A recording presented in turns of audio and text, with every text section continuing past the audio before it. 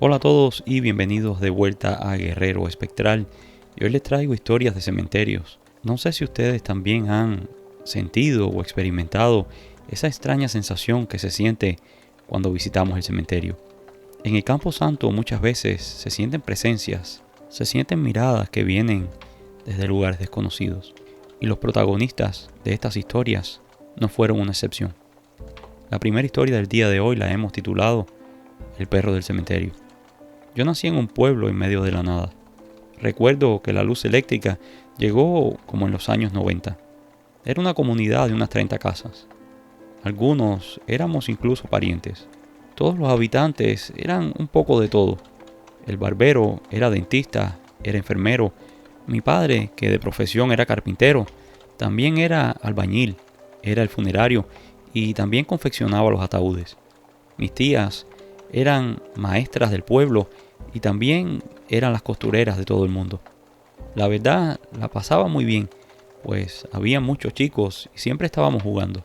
Lo más que me gustaba de aquellos tiempos era que cada noche nos reuníamos en la casa de algún vecino. Muchas veces a la luz de una fogata, como esta que usted pone en sus videos. Allí escuchábamos todo tipo de historias. Sobre todo los viejos del pueblo eran los que mejores historias tenían.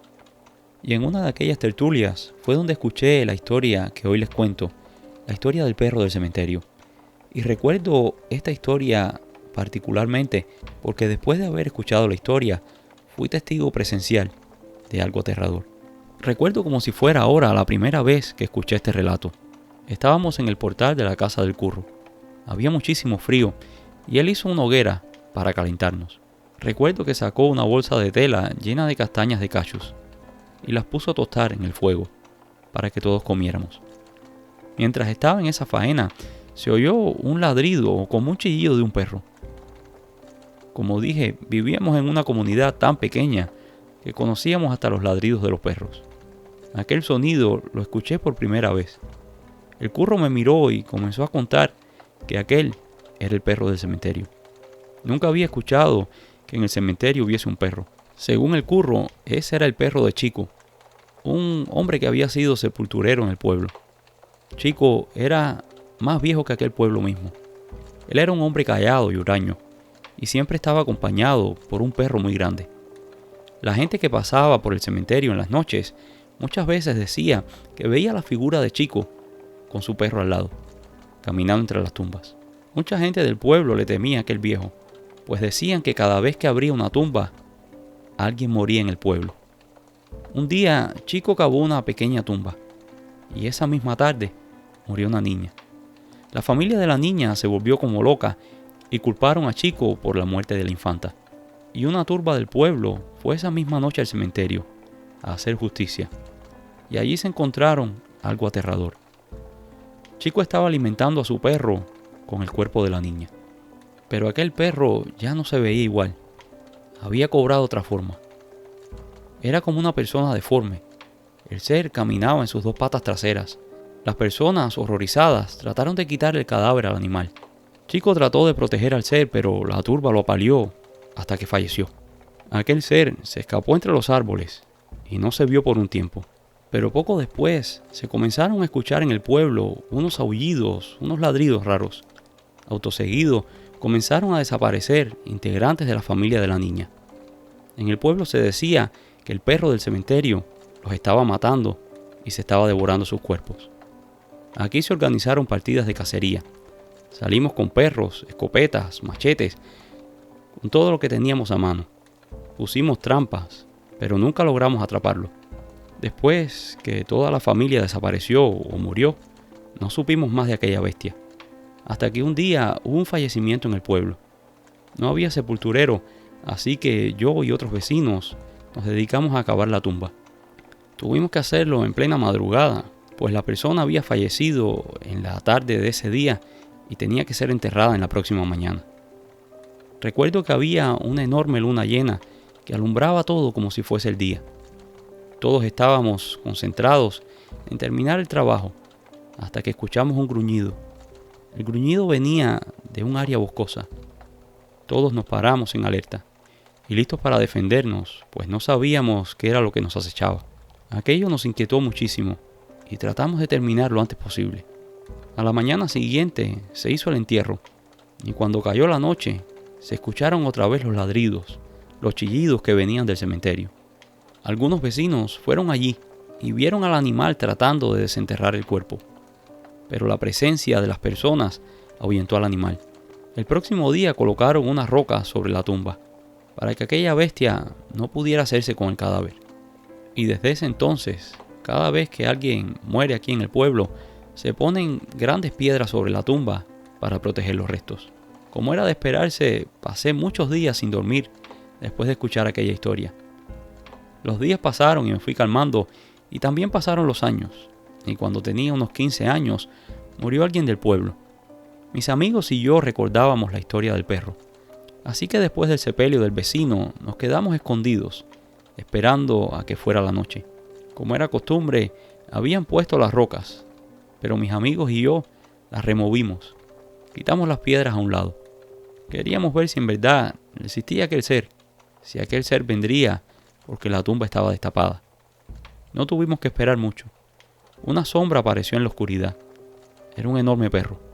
Aquel animal comenzó a escarbar en la tumba y de vez en cuando hacía unos movimientos raros. De pronto, el animal se alzó en sus dos patas traseras. No resistimos ver aquella cosa. Todos salimos corriendo. Al estar tan enfocado en alcanzar el cadáver, creo que el animal ni nos vio. A la mañana siguiente, la gente del pueblo estaba inquieta.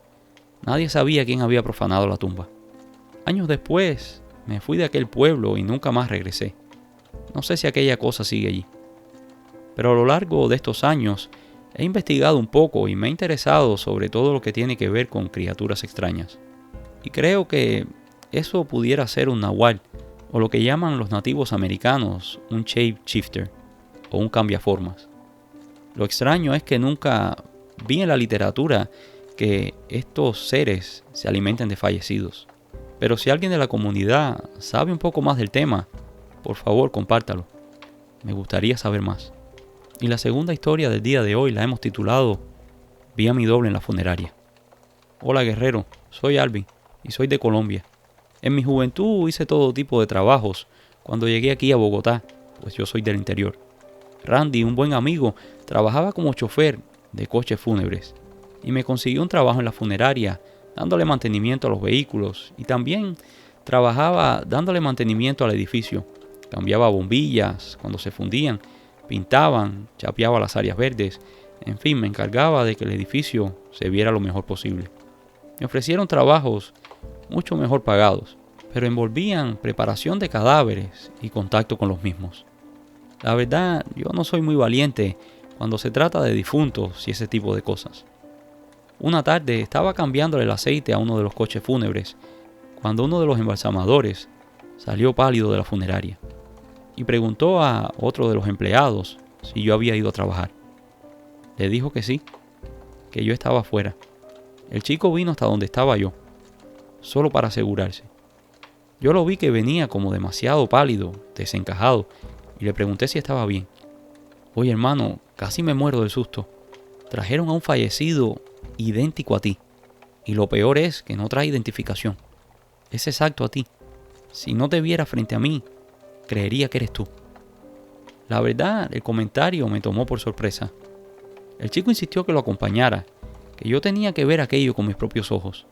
Yo le insistía que no me gustaba eso, no quería entrar ahí. Pero otros empleados también vieron el cuerpo y salieron a buscarme. Me preguntaban si yo tenía hermanos o si tenía alguna familia en Bogotá, pero les aseguré que no. Tanto me insistieron que acepté ir al cuarto de embalsamamiento por primera vez en mi vida. Mientras caminaba por el pasillo, sentía como si los que me acompañaban pudieran escuchar los latidos de mi corazón. Aquel pasillo se hacía interminable. Las rodillas me temblaban y la boca la tenía seca. Finalmente llegamos al cuarto, y cuando abrieron la puerta, un penetrante olor a químicos me golpeó en el rostro. Ahí estaba el cuerpo, cubierto con una sábana blanca. El embalsamador descubrió al difunto, y era yo. Era como si yo estuviese viendo mi propio reflejo, acostado en aquella fría plancha de metal. Estuve a nada de tener un ataque de pánico, pero la curiosidad me ganó, y le pedí al embalsamador que me mostrara las manos del difunto. Pues al igual que mi madre, yo tengo los dedos meñiques o los dedos pequeños casi del mismo tamaño que el dedo anular, algo que no es muy común. Y en efecto, hasta el dedo meñique lo tenía como yo, del mismo largo. Aquello me friquió y salí de allí a toda velocidad. Aquello me afectó de una forma muy rara. Fue como si hubiese visto mi propia muerte. Eso ha sido una de las cosas más perturbadoras que me tocó vivir. Salí de allí sin decir palabra. Y recuerdo que llamé a mi madre. Le pregunté si ella y papá habían tenido otro hijo, pero ella me aseguró que no.